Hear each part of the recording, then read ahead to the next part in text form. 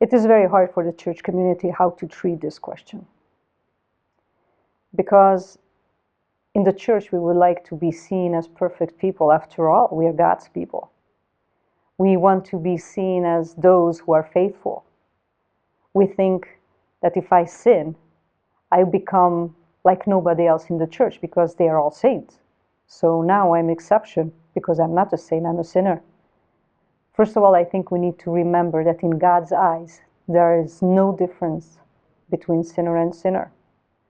We tend to say that, oh, I just have a little dirt on my clothes. It's just a little spill of coffee. I'm really not that dirty. Look at him. He's got a whole bowl of soup over his shirt. From God's perspective, there's only one question: clean or sinner, dirty? He doesn't make differences between this. In his eyes, he loves them and us, and we need to have this attitude. I think beyond any techniques, the church needs to be honest with herself.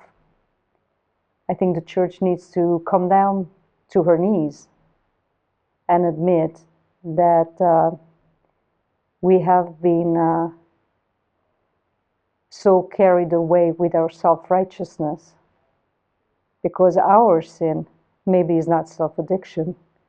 Our sin is the conviction that we are different. I think this conviction also can separate us from God and from people. It is an interesting thing about shame, because when we have shame, it separates us from others.